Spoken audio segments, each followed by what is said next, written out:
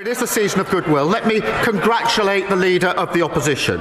She's broken her own record since last week. Last week, 21 former Tory MPs had walked away to reform. She's broken that record because this week it's gone to 22. The former Vice Chair has now gone. So the question is, who's next? Now, it's hard to name anyone.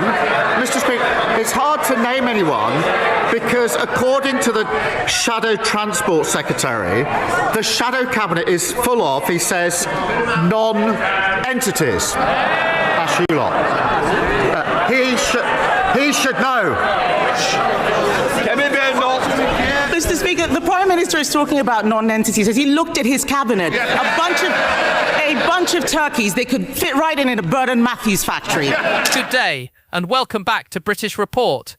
Imagine, if you will, the ghost of Magna Carta currently wandering the hallowed, drafty halls of Westminster, looking absolutely terrified and clutching its ancient parchment. Why? Because the very foundations of British justice, the right to be tried by a jury of your peers, is currently being fed into a political woodchipper. We are witnessing a monumental, high-stakes rebellion that has left Prime Minister Keir Starmer staring down the barrel of a massive backbench mutiny. No fewer than 39 Labour MPs have officially broken cover, turned their backs on the leadership, and are demanding that Starmer immediately ditch a radical, unjust plan to axe jury trials for thousands of people. This isn't just a minor disagreement over a spreadsheet. This is a full-scale battle for the soul of the British legal system. The Prime Minister, a former Director of Public Prosecutions, is being accused by his own side of taking a political axe to the values of fairness and justice. The rebellion is growing, the rhetoric is white-hot, and the King of the North isn't the only one smelling blood in the water. Quick favour, if you are loving this fast-paced, no-holds-barred look into the civil war currently tearing through the Labour Party, hit that subscribe button. Over 92% of viewers haven't yet. It's free. Takes a second and means the world to us. Thanks, if you did. Now back to the show, because the details of this legal Starmageddon are enough to make any civil libertarian's hair stand on end. Let's get into the nitty-gritty of this absolute shambles. The government, spearheaded by Justice Secretary David Lammy, but with Starmer's full backing, has proposed what they call a radical solution to the crippling Crown Court backlog. Their big idea: just stop having juries for most crimes. Simple, right? Under these proposals, the right to a jury trial would be restricted strictly to murder, rape, manslaughter, and a vague, loosely defined category of public interest cases. Everything else, burglary, assault, fraud, you name it, would be shuffled off to a judge or a magistrate sitting alone. Ministry of Justice modelling suggests this would cut the number of jury trials in half. It's the legal equivalent of trying to fix a clogged drain by simply cutting off the pipes. Senior legal sources have been understandably incandescent, warning that Labour is intent on removing the rights of ordinary people and comparing the move to a direct assault on the British way of life. But the real explosion didn't come from the courts, it came from the Labour backbenches. Carl Turner, the MP for Hull East and a man who clearly hasn't forgotten his legal roots, has spearheaded a devastating letter to the Prime Minister. He didn't just send it privately, he took to social media to broadcast the rebellion to the world, revealing that 39 MPs have signed their names to a document that brands the plan as madness. And here's the kicker. Turner claims that many more MPs who didn't even sign the letter are privately plotting to bring the proposals down the moment they hit the Commons. Among the signatories is none other than the Mother of the House, Diane Abbott, proving that the left of the party is perfectly happy to form a defensive wall against Starmer's technocratic efficiency drives. The letter itself is a rhetorical masterpiece of friendly fire. It describes the government's plan as an ineffective way of dealing with the crippling backlog and warns that a growing number of colleagues are not prepared to support these proposals. The MPs are essentially telling Starmer that his silver bullet is actually a dud that will cause more problems than it solves. They argue that limiting a fundamental right for what will be a marginal difference to the backlog isn't just bad policy, it's an affront to democracy. Think about that for a second. We are talking about a Prime Minister who used to run the prosecution service being told by his own MPs that his understanding of justice is madness. It's the ultimate professional insult. Now let's talk about the 20,000-day scandal that the rebels have spectacularly exposed. The government's main excuse for this jury-axing frenzy is that the system is at capacity.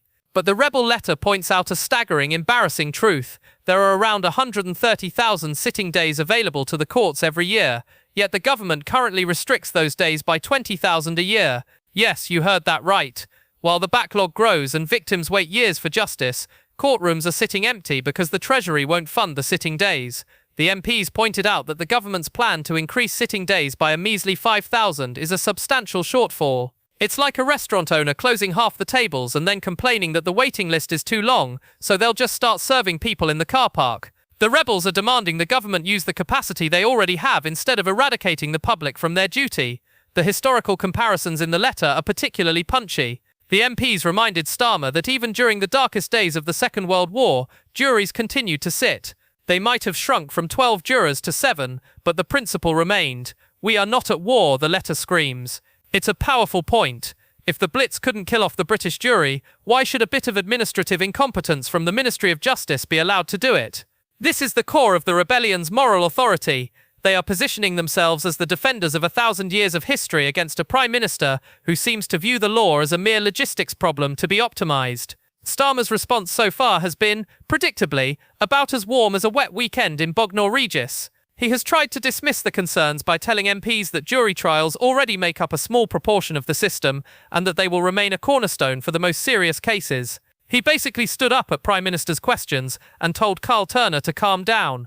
But the cornerstone argument is a total fallacy. If you start removing the stones from the bottom of the wall, the whole thing eventually falls on your head. The rebels are also furious that Starmer has refused to consider a sunset clause, a simple legal mechanism that would ensure jury trials are restored once the backlog is cleared. His refusal to even consider a temporary measure suggests to the rebels that this isn't a temporary fix, but a permanent power grab by the state.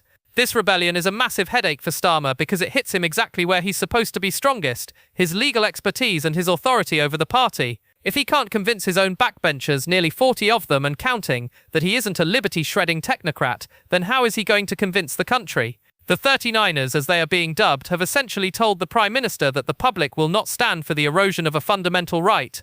They are inviting him to think again and come back with a proposal that is more credible.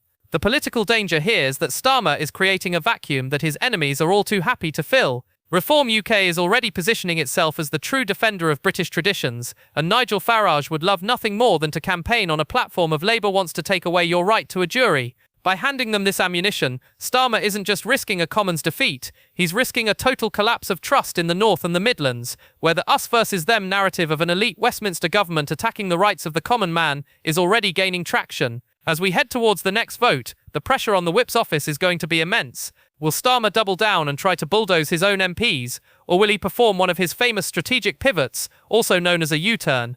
The 39ers have made their move, and they've made it clear that they aren't going away. They are asking for proven evidence that this plan will even work, and so far the government has provided nothing but vague promises and empty courtrooms. The battle for the jury box has become a battle for the leadership, and Keir Starmer is finding out the hard way that when you take an axe to British justice, you might just end up cutting your own political lifeline. Thank you so much for watching.